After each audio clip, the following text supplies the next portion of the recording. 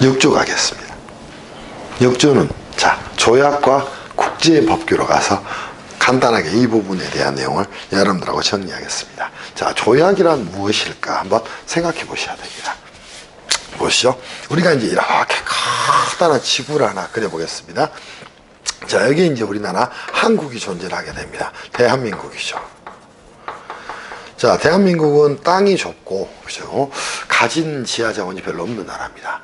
그래서 대부분 뭐를 통해서, 수출 등을 통해서 대한민국의 경제가 움직여지게 됩니다. 그랬을 때 이제 어느 나라가 하나 존재합니다. 자, 여기 이제 미국이 하나 존재하는데, 미국과 역시 수출 등에 관해서 또는 수입 등에 관해서 역시 양 당사국 간에 역시 합의된 역시 양 당사국의 간에 합의된 역시 자, 뭐가 있다는 겁니까? 역시 자, 계약이 존재한다는 겁니다. 합의된 계약이 존재한다는 겁니다.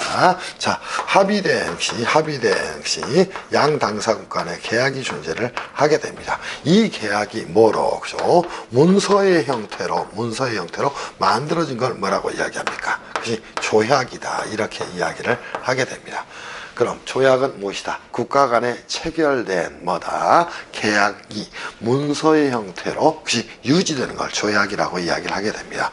이 조약이라는 건 조약이라고도 이야기하고 약정이라고도 이야기하고 혹시 뭐 협의라고도 이야기하고 합의서라고도 이야기하고 수많은 형태의 모습이 있습니다. 그럼 이거는 각 국가 간에 지켜야 될 뭐가 되는가? 법 규범으로서의 속성을 가지고 있다는 겁니다. 그럼 당연히 뭐가 됩니까? 얘네들은 혹시 국내 역시 법률에 준하는 시비를 가질 수밖에 없다는 겁니다. 그래서 5조 역시 지났고 6조 1항은 거기에 대한 내용을 규정을 하고 있는 거예요. 자, 1항 가봅시다. 헌법에 체결 공포된 조약과 일반적으로 승인된 국제법규는 국내법과 같은 효력을 갖는다. 자, 보시죠. 당연히 이 조약 체결에 대해서는 뭘 해야 됩니까? 대통령이 조약 체결에 대한 역시 기본적인 권한을 가지고 있고요. 국회 비준 동의를 받아야 됩니다. 그게 이제 헌법상 조약 체결 비준에 대한 역시 규정이 되는 겁니다. 그러면 헌법에 의해서 그러한 절차를 거쳐서 체결된 조약과 또 역시 승인된 국제법규가 있답니다.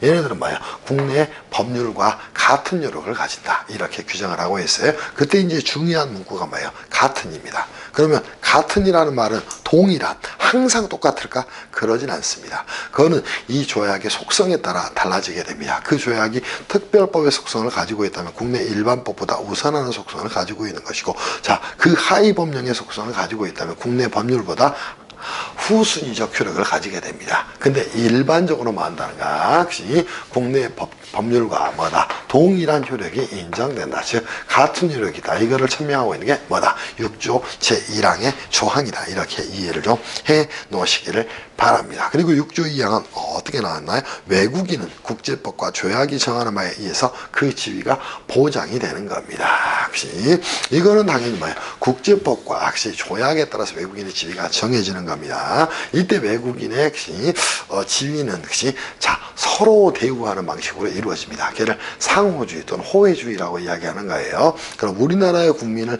해당 국가에서 어떻게 대우하는가에 따라서 그 외국인이 우리나라에서 대우를 받는 게 달라지게 됩니다. 그래서 네가 해주면 나도 해주겠다. 네가 안 해주면 나도 안 해주겠다.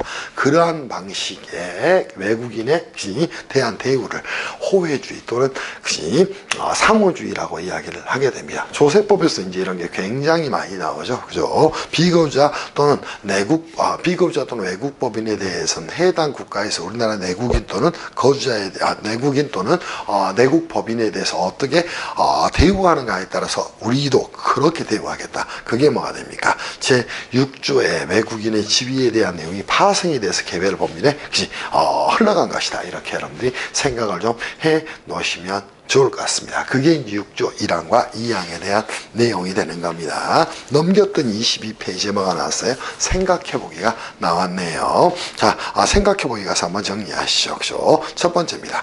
헌법에 의하여 둘 이상의 국가 간에 체결된 조약이 헌법에 위반되거나 국민의 권리를 침해했답니다. 당연히 헌법에 위반된, 자 보세요. 이 조약은 역시 법률과 동일한 효력이 있다고 이야기했습니다. 그때는 우리가 헌법재판에서 양대 축이 하나 존재하게 됩니다. 그 하나의 축이 뭐가 되냐면 보세요. 헌법재판에서 가장 중요한 내용 하나가 헌법소원 심판 청구가 됩니다. 또 하나의 중요한 축이 뭐가 되냐면 위헌법률 심판에 대한 내용이 됩니다. 위헌법률 심판이라는 건 도대체 뭐가 되냐면요. 그죠? 자, 보세요.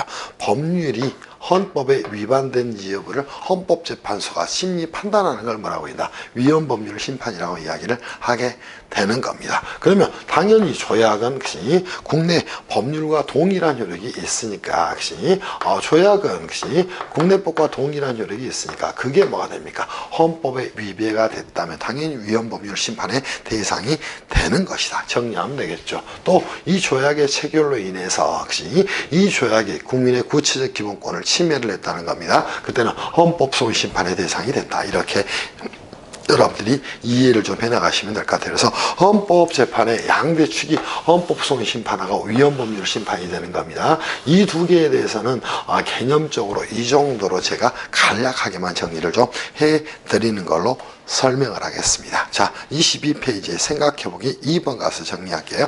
1992년 12월 19일 발효된 남북 사이의 화해와 불가침 및 교류 협력에 관한 합의서가 존재합니다. 자, 이거는 국가 간에 체결된 조약으로 볼 수 있을 것인가.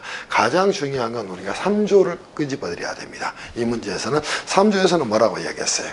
대한민국의 영토는 한반도와 그 부속도 서로 한다. 이렇게 규정을 하고 있어. 그러면 북한 지역은 당연히 뭐가 돼?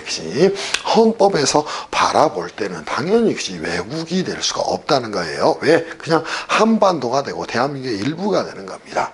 그러면 북한과 체결된 남북 합의서는 뭐가 될까? 국가 간에 체결된 조약이 아니라는 겁니다. 무슨 말씀인지 이해할 수 있겠지. 그렇기 때문에 뭐다? 국가 간에 체결된 조약으로 헌법적 관점에서 볼 수가 없다. 다만 얘네들은 뭐 한다? 어떠한 당사자에 체결된 뭐예요? 서로 그냥 매너 있게 뭔가를 해보자 하는 신사협정 또는 공동성명 정도로 보고 있다. 헌법재판소에 결정됩니다. 이해하실 수 있겠죠. 그죠? 벌써 우리가 6조까지 왔습니다. 이 정도 보시면 충분히 정리할 수 있을 거예요. 그리고 조약이 뭔가를 여러분이 잘 좀 정리하시는 게 6조의 핵심적 사항이 된다. 이렇게 생각을 해 나가시기를 바랍니다.